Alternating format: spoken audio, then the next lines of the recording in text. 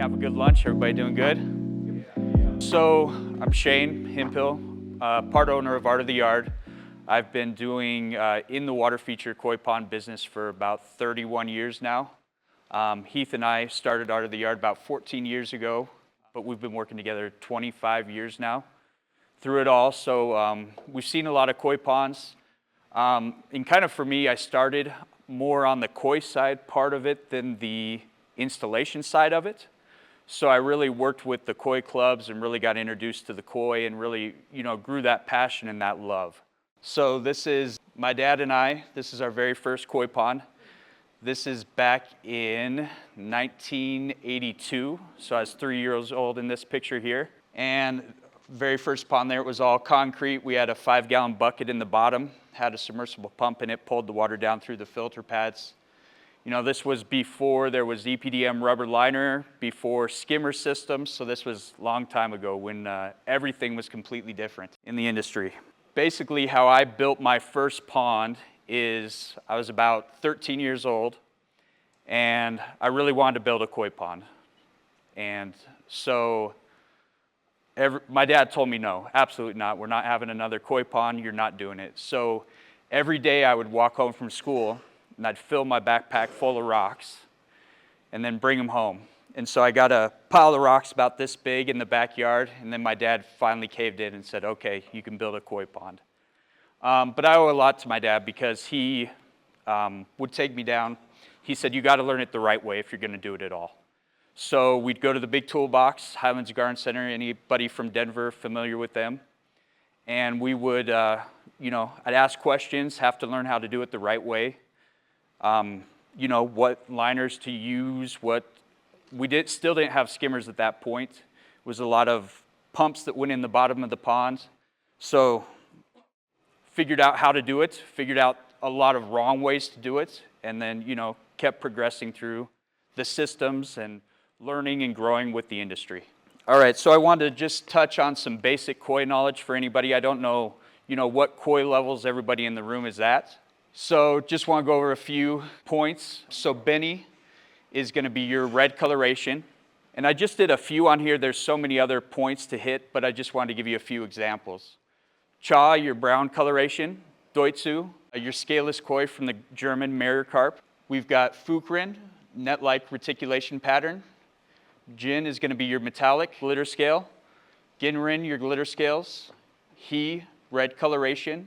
Inazuma, lightning pattern, Kanoko, and this is the dappled pattern of Benny. So you'll see this on some koi. It's very cool. One koi that I really want to get in my collection. Ki, your yellow coloration, Kiwa, is going to be that back edge of the pattern. Make sure it's nice and sharp on the higher quality koi. Nishiki Goi, which you'll hear koi referred to, your jeweled carp. Shiro, your white coloration. Sumi, black coloration. Tancho, red circle on the head, and that'll be the only Benny on the koi, the red circle on the head. And then your ages, and you'll hear a lot of koi talked about in their ages, so that way you know how old they are, kind of how big they're going to be. So your toe size, your 1-year-old, Nisai, 2-year-old, Sansai, 3-year-old, and Yansai, your 4-year-old. And kind of on the different terms and words is kind of where I started, because like your Ki, your yellow, if you see a Shiro and you see it's yellow, you can say Kiatsuri, because you know that yellow coloration for the koi. So it's a good starting point if you kind of want to learn some of the koi names and the koi varieties. You've got Gosanke, your big three is what they call them. So you've got your first one here is the Kohaku. This is your red and white koi. And then you've got your Sanke. This is your 3-color koi, but usually you're not going to have black on the head, and most of the color will stop at the lateral line. And then you've got your Showa, your red, white, and black. But again, you're going to have a mix of the 3 colors on the head, and your color pattern will wrap down all the way around the koi. All right, how long do koi live? So I think in a good koi pond, a good system, 25, 35 years is not out of the question. But we've had customers that have had koi for, 40, 50 years. This is Hanako. And this koi lived to be 226 years old. So, in the right system, the right environment, they definitely can live for a long, long time. And then I'm just going to go over a few varieties. And again, I'm just touching on a few different types for everybody who doesn't know a lot of koi varieties. So Kohaku here, And they say that kohaku is believed to be the first kind of koi variety developed. You know, I've heard some people say that asagi was kind of the first one as well. So it's kind of, you know, between those two of the first, and this was early in the 19th century. And then everybody says that koi collecting starts with kohaku and ends with kohaku. So most popular variety, you know, the variety you'll see the most, and part of the big three. Then here, this is an example of the tancho kohaku. So again, you've just got that red spot on the head. And then we've got our sanke, and means three-color koi. And again, these koi are going to start out as a white koi, and then the beni, the sumi come in later. You know, so they're a variety that starts white and then progresses from there.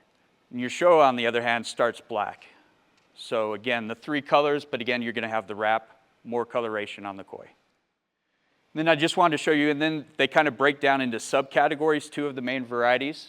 So here we've got a doitsu, and this again is that scaleless carp, the scaleless from the scaleless mirror carp. So, you know, there's absolutely, on this one, I don't see any scalation at all. So it's going to be just completely smooth skin. This is kin, so this can be your metallic koi. And then we've got ginrin, so a few examples again of the ginrin, the glitter scale on the koi here. These are great koi to have for sale in your shops because they're very high sellers. People love to see them, you know, especially if you have tanks that are outside and you can get these in the sun, get them to really glisten, really show up, really stand out. And then butterfly varieties, this is a shishui here, but again, you get the long fins on the butterfly varieties. All right, and then here is a chagoin and ochiba. And I wanted to put these in here because a lot of your customers, they'll have ponds and their fish really aren't coming up to the surface, aren't eating well, and these are such friendly koi that they're great koi to introduce to your customers, because then that way it's going to bring your other koi up, make them friendlier, you know, get them introduced to you, introduced to feeding on time, things like that. And then we've got sagi shishui here. Again, two of our favorites. These here in Denver especially are great sellers, and they sell so well here because it is Broncos country. You know, so those blue and orange varieties just do so well here, especially when the team's doing a little bit better than they have been in a long time. So great koi to introduce, you know, great koi to have in your pond. And then here, this is just, you know, some different varieties. Again, but you can see there's over 80 different varieties. So there's just so many across the board that you can do and have. And, you know, it's kind of like collecting art. You want to get a collection of the different varieties from the different artists, the different breeders, and have those in your pond and be proud of them. So now we're kind of out of the koi varieties. That was just a brief, you know, points on those. Again, for people who just don't know much about koi yet, but I'm sure most people in this class from who I recognize, you know quite a bit. I want to talk about setting up your clients for success. So introducing koi to your pond. When you get a delivery of koi to your house and they're in the box, in the bag, you want to treat them properly. So first thing I always recommend to do is just inspect the koi. You know, make sure the bag's good, make sure it doesn't have any holes in it, make sure it didn't leak in shipments. You know, make sure nothing's floating, make sure the ammonia is not high, so you want to get them out of the bag as soon as possible for those situations. So what I recommend is to float the koi in a closed bag in the pond, and this is to acclimate temperature. I've got a little video here for you.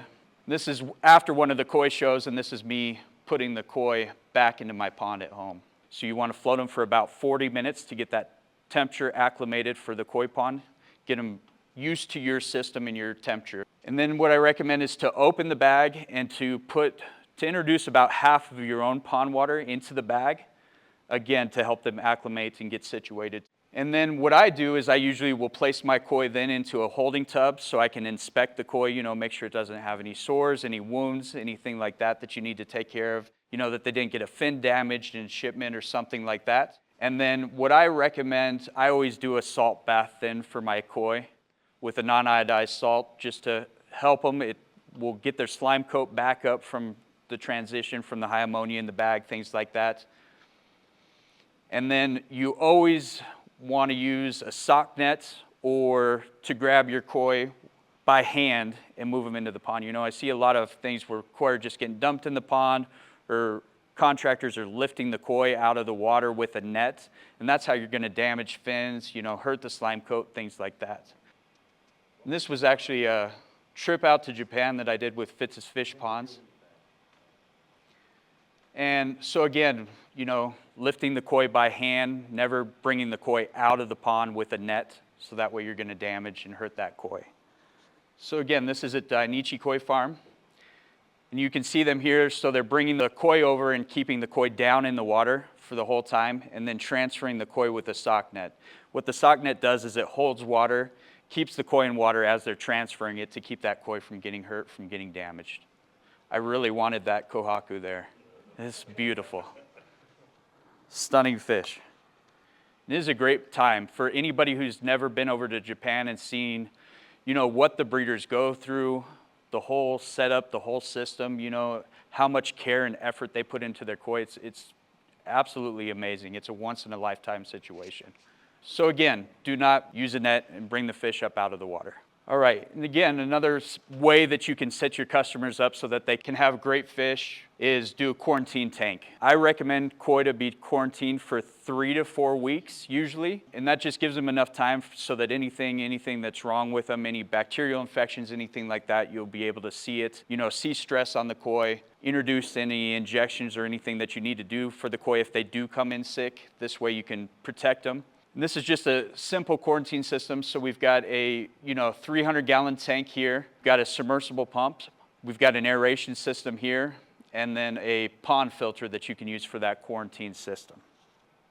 FiltoClear is an absolutely great filtration system to use on that quarantine tank. You get good filtration. It's very easy to backwash this filtration system, so you can do water changes as your koi are in the quarantine tanks. It's got a UV light included, because obviously you don't want green water in your quarantine tank, because then you can't view the koi and see how they're doing, how they're reacting, and if they need any help. All right, here's a poor guy who never got leg day in.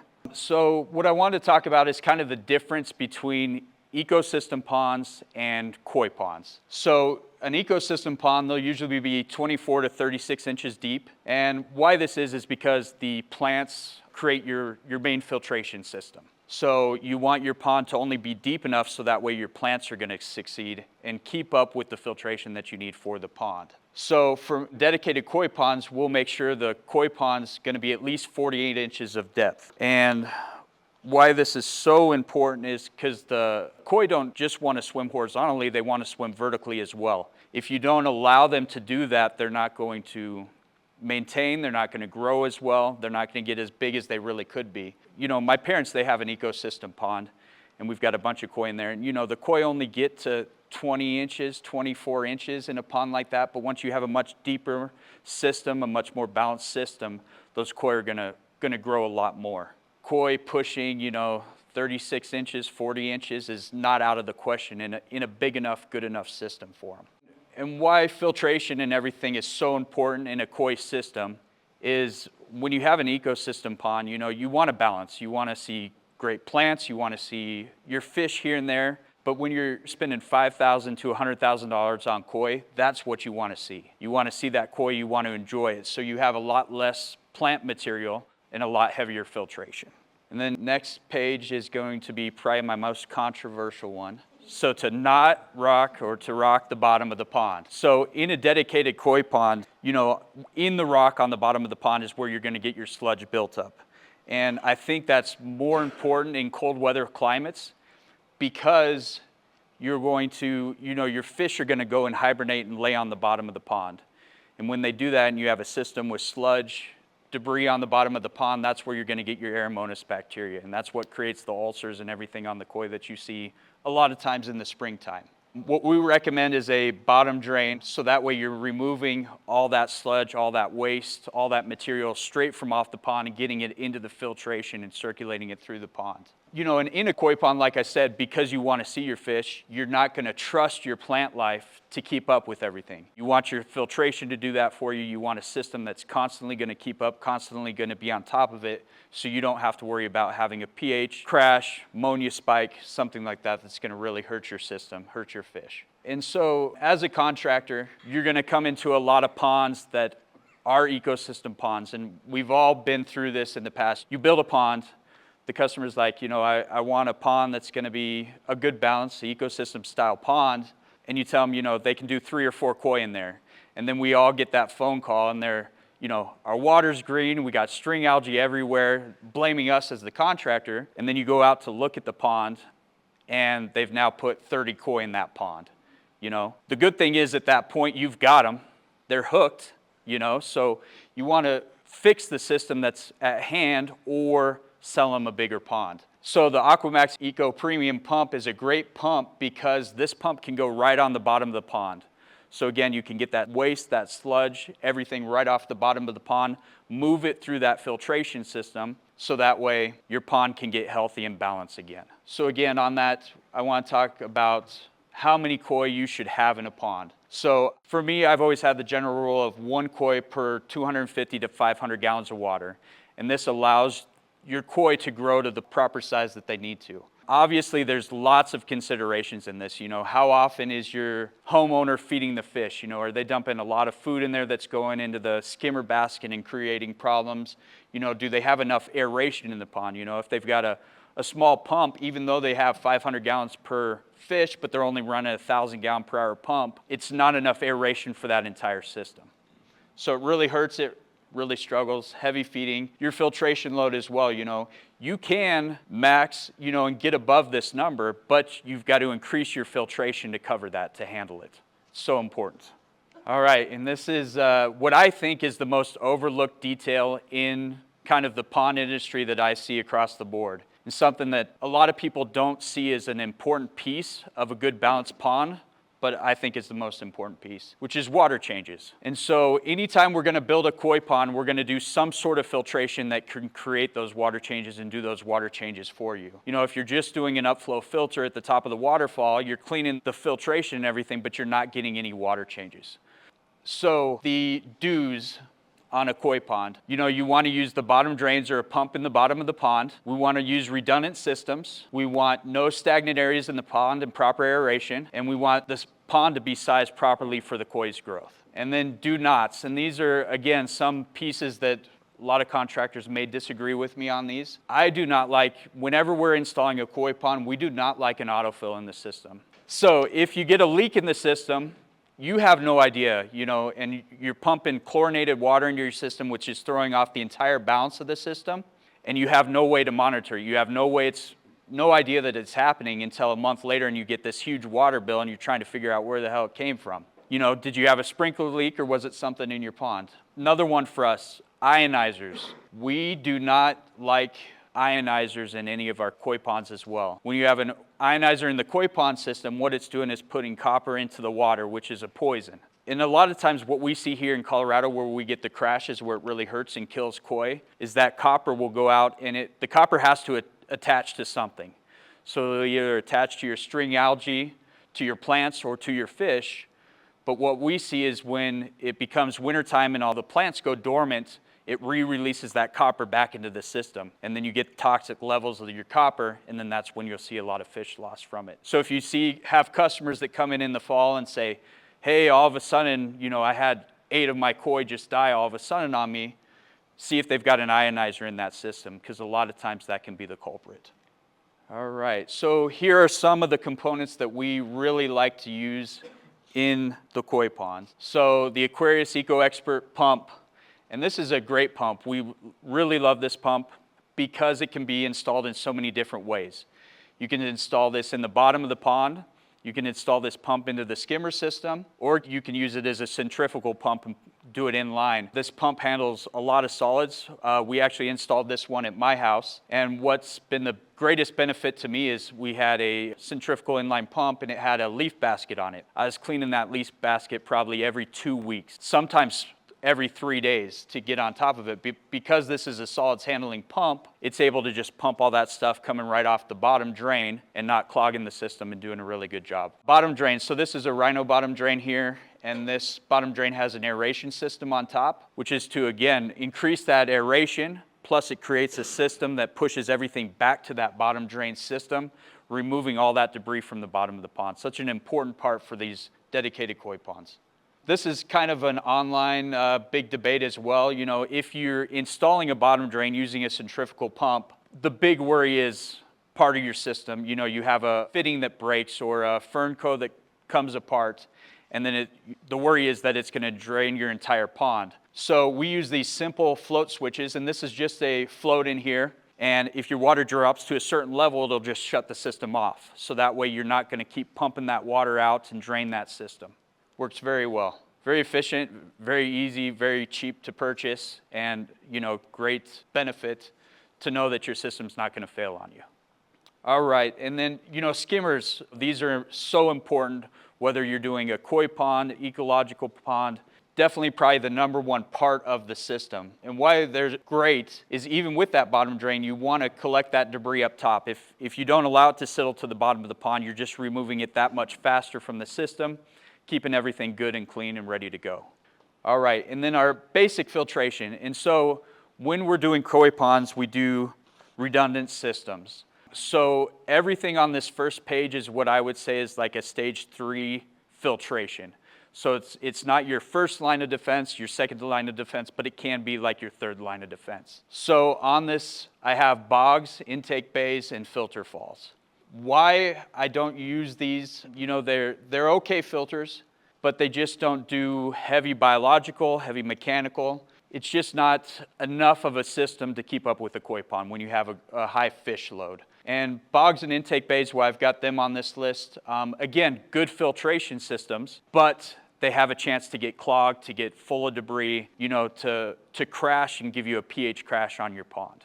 So I would never do this as your first line of defense, but you can install these as a second or third line of defense for the pond itself. And then kind of our upgraded systems here. We've got pressurized systems, and again, these are great biological. They do some mechanical. Again, they're set up so that way it's very easy to do water changes. Baki showers, you do not use these for your koi. They're not for koi showers. They're for filtration. So these are great systems again, but you're doing a lot of biological here. These are going to be more on the mechanical side of things. So again, these are kind of like your second line of defense on your filtration systems. And then the ultimate pond filtration, the ProfiClear. Yeah. And why we love this system is because it does so well mechanically and biologically. Another great thing on this that we've found, we've used a lot of different drums. Most of the drums we've seen are just a drum. And even on this one, every once in a while that drum will clog up on you and you're not getting filtration there. But that water's going to bypass right through, go into your biological system. So again, you've got kind of a backup built in right into this filtration system. So this is kind of an explanation of my pond at home, and I wanted to talk about that redundant system. And I just wanted to kind of read you the definition of a redundant system. So a redundant system is a system that has multiple components or systems that can take over if one fails, ensuring that the system continues to function. Redundant systems are used to increase reliability of a system and protect it from unexpected failures.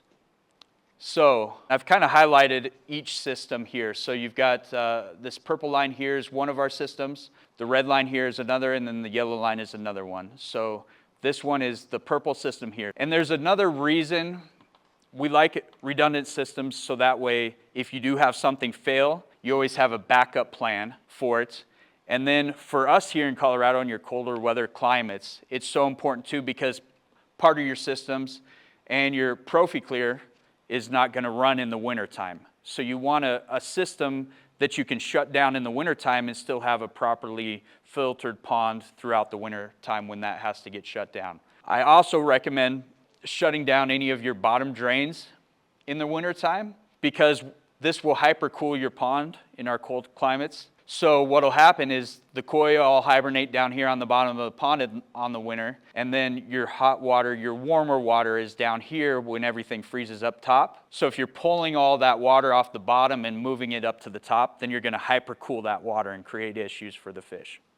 So this system here, kind of go over these. So we've got, on my pond at home, I've got 2 bottom drains. These are going to a remote pump vault where we've got the Aquamax Eco Expert pump. And this is pumping up in my system. For anybody that was on the pond tour yesterday, got to see it up close. But that's going to our ProfiClear. We've got the Compact L, so it's the big one of the 2.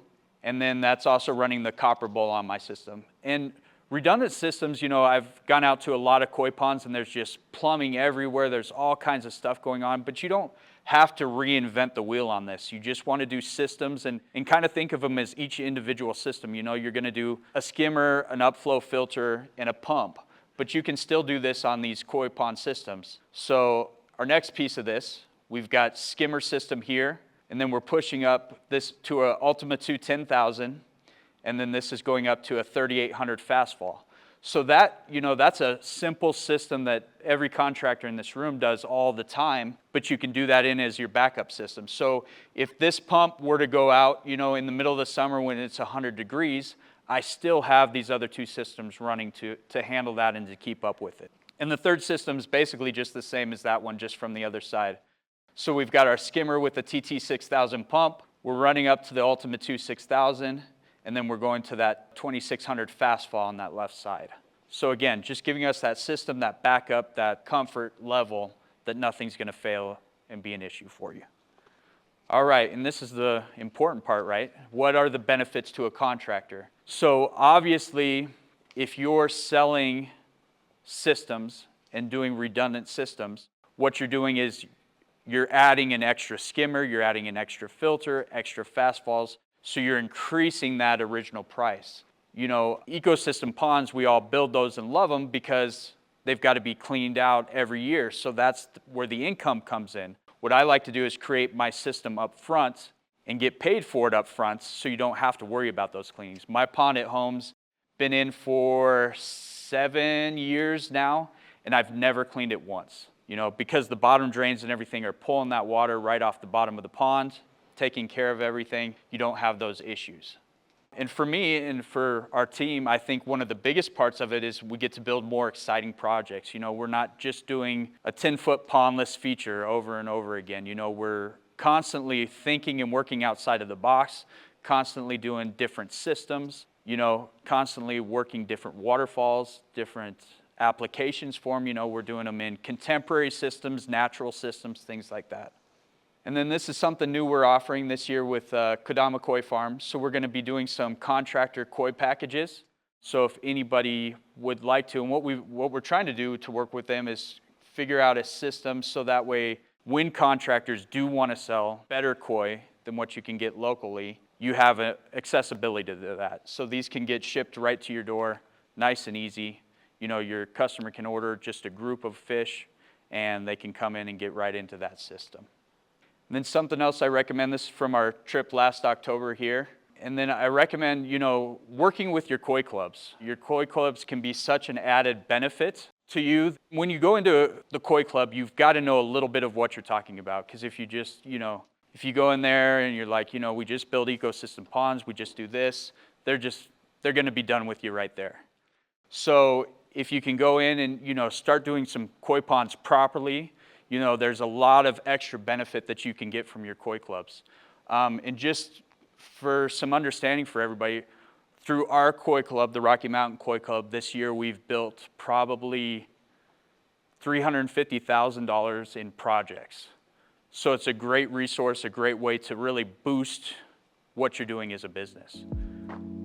All right, that's all I've got for you.